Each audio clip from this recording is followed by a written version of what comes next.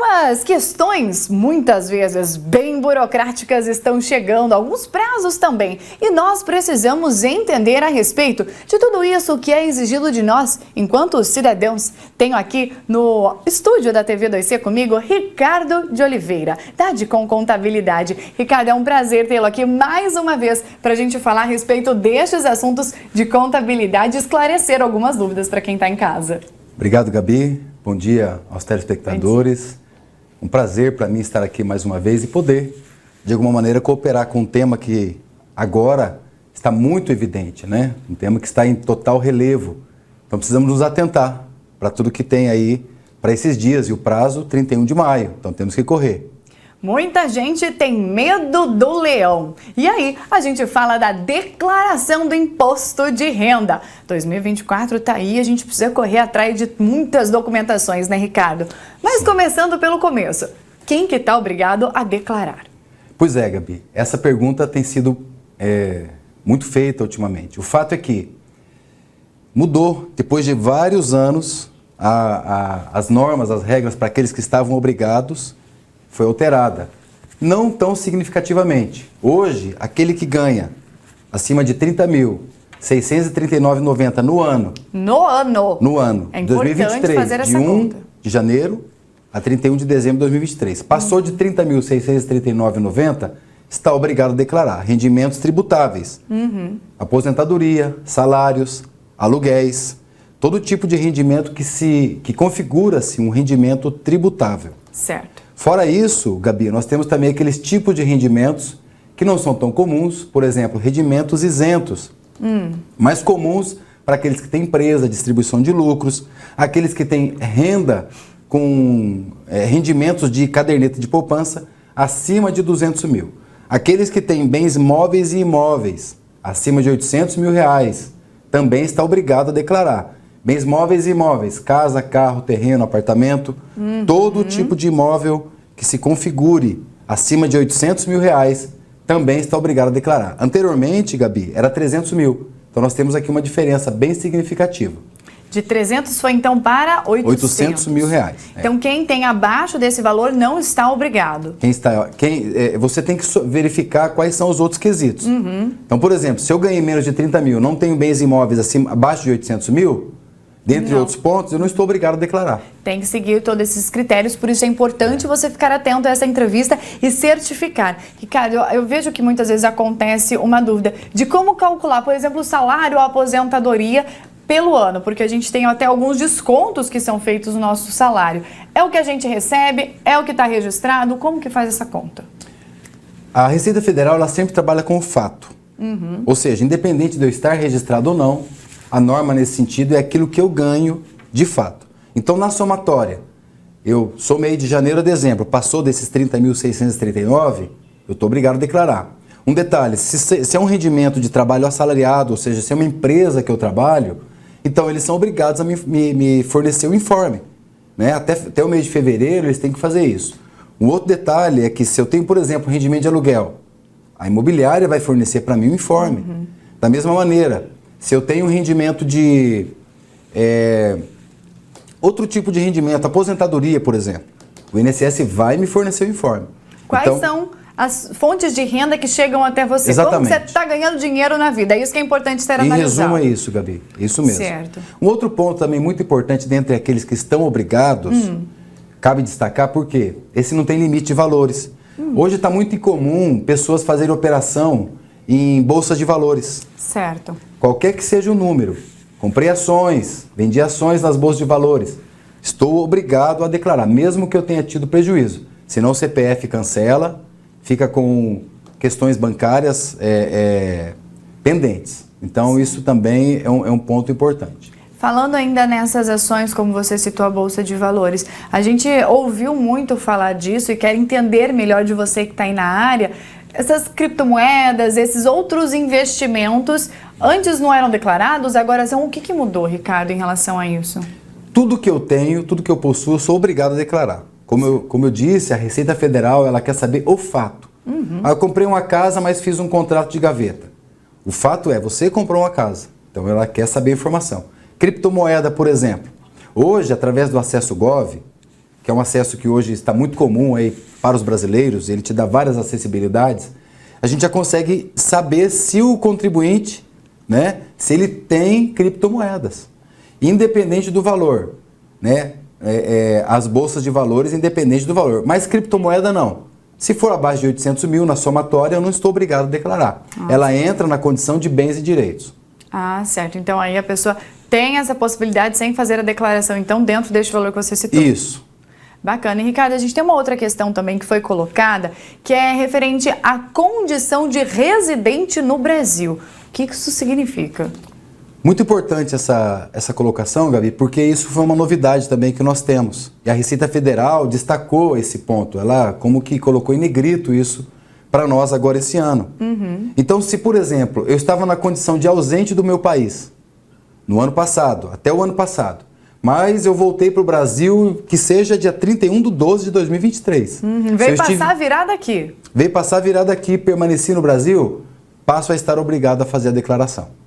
Certo, e aí é uma condição até que tem que se verificar bem todas essas questões junto, né, empresa de contabilidade, para ver como que vai ser essa declaração. Porque, como você disse, é algo novo e que é também relacionado a questões de outros países, então precisa verificar isso aí. Exatamente, porque muitas vezes ele trabalhou fora, ele pagou impostos fora, ele teve situações fora do país e acabou adquirindo um patrimônio, acabou aumentando o seu patrimônio. Então isso pode fazer com que ele esteja também obrigado a declarar. Ricardo, você citou aí o Gov, é uma ferramenta muito bacana que a gente tem então na palma da mão, no nosso celular. E ele traz diversas condições para a gente verificar muitas coisas que são importantes sobre cada pessoa. E nesse Gov, Ricardo, quem ainda não tem esse cadastro feito, é muito importante que faça, que se verifique tudo certinho, né? O Gov hoje se tornou uma ferramenta quase que fundamental. Isso mesmo, Gabi. Hoje todos os brasileiros praticamente terão que ter acesso ao Gov. A gente tem observado até pessoas de mais idade com dificuldade, porque é necessário que tenha o celular, é necessário que faça alguns procedimentos, é necessário que tenha um reconhecimento facial ou mesmo um vínculo a uma conta bancária. Falando, por exemplo, Gabi, daqueles que são de mais idade, ele pode fazer, por exemplo, a sua prova de vida através do Gov. Outras informações relativas a questões sociais, ele pode também, com o Gov, ele ter esse acesso, até aos informes de rendimentos nesses casos. Agora, o Gov é muito mais do que isso. Para todos os brasileiros, ele funciona até como uma assinatura eletrônica.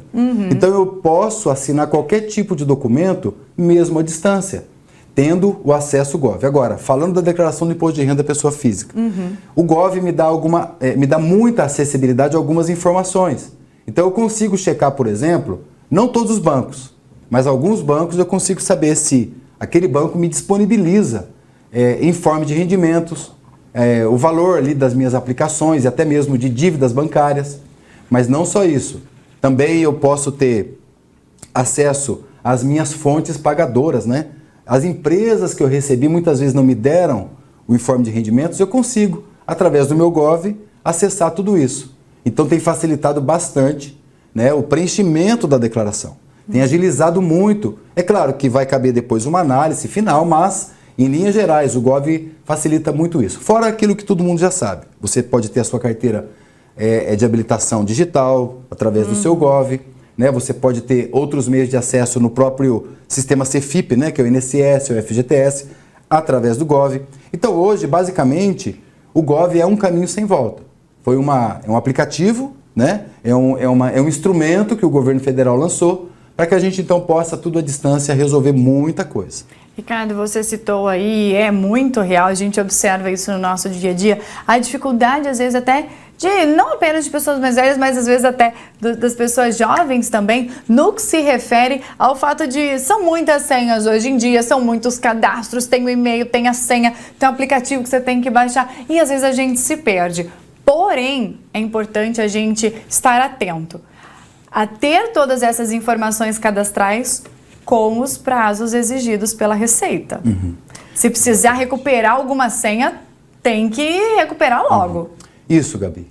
O sistema ele é um pouco delicado, dependendo do caso, para acesso, Mas ele é relativamente simples para mexer. Até porque tem informações muito importantes de cada pessoa, então ele tem que ter essa segurança a mais mesmo. Parte do ponto, por exemplo, que eu posso assinar documentos através dele. Né? Então é realmente essa informação muito séria. É o que o pessoal diz, né? O celular é o nosso sexto sentido. O celular é o nosso membro do corpo. Né? Quando a gente perde ele, a gente praticamente fica em situações complicadas. Mas facilita muito. Então, ele tem sim a segurança, ele tem sim uma necessidade de uma senha forte, né? Que tem ali elementos e chaves que a gente consiga fortalecer ali o Gov.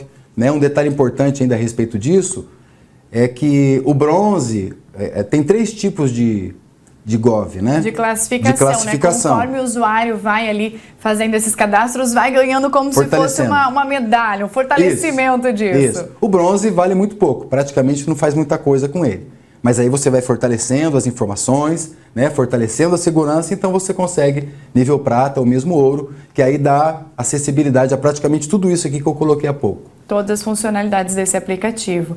E por falar em prazos, quais são esses prazos, Ricardo? O prazo para entrega da declaração de imposto de renda é 31 de maio. 31 de maio agora, mês que vem, do final do mês que vem. Menos de um mês aí, não, mais de um mês, mais de um mês, Um mês e meio aí para poder correr atrás de tudo isso. Sim. Lembrando que é muita documentação que precisa juntar muitas vezes. Principalmente, né, Gabi, se às vezes eu tenho possibilidade de restituição ou mesmo de pagar menos imposto, se eu tiver tempo hábil para isso, para correr atrás de algo que eu eventualmente tenha esquecido, um prazo vai ficar muito mais prático. Sim. A gente tem essa possibilidade de fazer todos esses recursos. E aí, como contabilidade, você tem muito conhecimento nessa área. Porque se um cliente te dá todos esses dados com antecedência, você consegue fazer com muito mais calma tudo isso e colocar todas as possibilidades ali para cada cidadão. Há declarações que são relativamente fáceis de serem preenchidas. Muitos até conseguem fazer por conta própria. Há algumas, no entanto, que exigem mais do que simplesmente o preenchimento. Né? Exige assim uma verificação. Se eu vendi um imóvel, por exemplo, eu preciso cuidar para verificar, para ver se eu tenho que fazer a declaração do ganho de capital. Então tem outras questões relacionadas. Eventualmente alguém que é um produtor rural, ou outro que vendeu um carro com lucro. Então tem detalhes ali que precisa ser observado para que não haja problemas no futuro. No entanto, na maioria dos casos de trabalho assalariado, é relativamente fácil, sim, até com o Gov facilita muito o próprio contribuinte fazer o preenchimento. Algo até, digamos, mais acessível, mais real, assim, mais palpável, é essa venda de carros ou motos, veículos que você citou, né? Assim, quem vendeu já tem isso na ponta da língua, muitas vezes até do que valor de alguma casa ou algo nesse sentido. E alguma mudança significativa em relação a isso neste ano agora, para essa declaração, Ricardo? Relativo ao ganho de capital, Gabi, não há mudanças significativas. Relativo ao ganho de capital, em se tratando de bens imóveis, desde que não seja terreno, mas casa, apartamento, se eu vendi para comprar outro, eu tenho benefício da lei, para não precisar pagar imposto, porque normalmente quando a gente compra um imóvel, há um ganho, né? Há uma valorização deste imóvel. Então a Receita tributa em 15% essa diferença. Sim. Então agora eu posso observar questões que podem me dar isenção. No caso de bens imóveis, não. Aí eu não posso vender um para comprar outro e ter o benefício. Se eu tive lucro, se eu obtive lucro na venda de um bem móvel, né, um carro, uma moto, não é incomum que haja ganhos, né? Às vezes eu comprei por um preço, acabou valorizando, vendi por um preço maior, o valor foi maior. Então, nesse sentido, eu preciso apurar o ganho de capital. Ricardo, você citou aí produtores rurais. Agora, de um outro ângulo em relação a empresários, por exemplo, a gente verifica diversas empresas na nossa cidade, a Prefeitura de Londrina tem tentado fazer a nossa cidade ser mais atrativa para os empresários. Frota de veículos. A gente observa que existe uma depreciação muito grande em cima dos veículos que estão registrados nas empresas, do que em relação ao nome de uma pessoa física. Existe alguma mudança nesse sentido, nessa declaração? O que se pode fazer? Existe algum benefício? Como que funciona essa área para quem é empresário? Sim. Esse é um ponto muito importante e até delicado, porque na verdade as pessoas jurídicas, elas têm o valor do seu bem com base na contabilidade. Certo. E cada ano um veículo deprecia na contabilidade 20%. Então, um veículo de 100 mil, por exemplo, daqui a 5 anos, na contabilidade ele não vale nada, ele vale zero. Mas se eu vender esse veículo, por exemplo, por 50 mil... E que em 5 mil... anos um carro ainda está novo. Tem que valer pelo menos 50 mil, Se fosse de uma pessoa física. Exatamente. Um comparativo. Um comparativo da pessoa física. Mas na jurídica ele deprecia muito mais e eu tenho que observar a contabilidade. Então, na pessoa jurídica, se daqui a 5 anos, contabilmente ele vale zero, mas eu vendi no preço de mercado, por exemplo, 50 mil... É como se tivesse 100% de lucro? Isso. Aí eu tenho que pagar 15% sobre 50 mil. Ah, e aí tem essa questão. E existe algum recurso para o empresário não sofrer isso dessa maneira ou não? É o que tem que ser cumprido? O governo já entende que pelo fato de ser frota, você teve lucro com o carro. Certo. Então, benefício direto no sentido de eu poder ter uma redução disso especificamente, não. Eu pago 15% sobre o lucro. Né? O lucro considerado o lucro de direito, né? O lucro do preço da minha venda menos o preço do custo. No caso da pessoa física, Gabi, o que não acontece é essa depreciação. Né? É o preço que eu paguei comparado com o preço de venda. É a maneira com que esse veículo está sendo utilizado, então, que faz com que o governo cobre desta forma. O governo cobra na pessoa jurídica por 2 elementos. O primeiro é o quanto está na minha contabilidade e o segundo é por quanto eu vendi. Certo. Ricardo, em relação então à declaração, mais alguma informação importante e relevante para passar nesse primeiro momento para quem está em casa, faltando aí um pouco menos de 2 meses para entregar a declaração? Gabi, principalmente aquelas pessoas de mais idade que têm dificuldade de acessibilidade, já procurar fazer o GOV. Como eu disse, não é tão complicado, mas sim, ele é um pouco delicado para o manuseio dele. Então, se puderem, né, recorram aí a uma pessoa mais jovem, né, uma pessoa que está mais ligada à área tecnológica para auxiliar. Esse é um ponto importante, porque o GOV ele vai facilitar bastante o acesso às informações. Um aposentado, por exemplo, antes a gente conseguia com mais facilidade o informe de rendimentos da aposentadoria deles. Agora não. Vamos precisar do GOV. E Ricardo, até para quem está em casa, a gente colocou seu telefone aqui para essas questões de tirar dúvidas. A gente sabe que por mais que a gente entreviste, os nossos telespectadores ainda ficam com uma dúvida específica, né, a respeito do seu caso. Quem quiser também pode entrar em contato então com o Ricardo, falar com ele, que ele vai tirar essas dúvidas aí para você que está em casa. E você cita as pessoas mais velhas. Eu já me coloco aí como exemplo em relação ao meu próprio marido. Ele já te mandou tudo certinho. Eu tô aqui devendo todas as minhas coisas pro Ricardo ainda, toda a documentação que tem que ser mandada. E aí, quem tem mais dificuldade, como eu tenho, às vezes com tecnologia ou na correria do meu dia a dia, também precisa sentar e fazer isso, né, Ricardo? O teu tá fácil, daqui a pouco nos bastidores nós vamos resolver. Só faltava o teu facial. Então vamos para um rápido intervalo comercial para eu resolver a minha vida aqui também, para eu não ser pega pelo leão. E você, que tem alguma dificuldade, que precisa resolver essas questões, entre em contato. O Ricardo está à disposição para tirar as suas dúvidas também.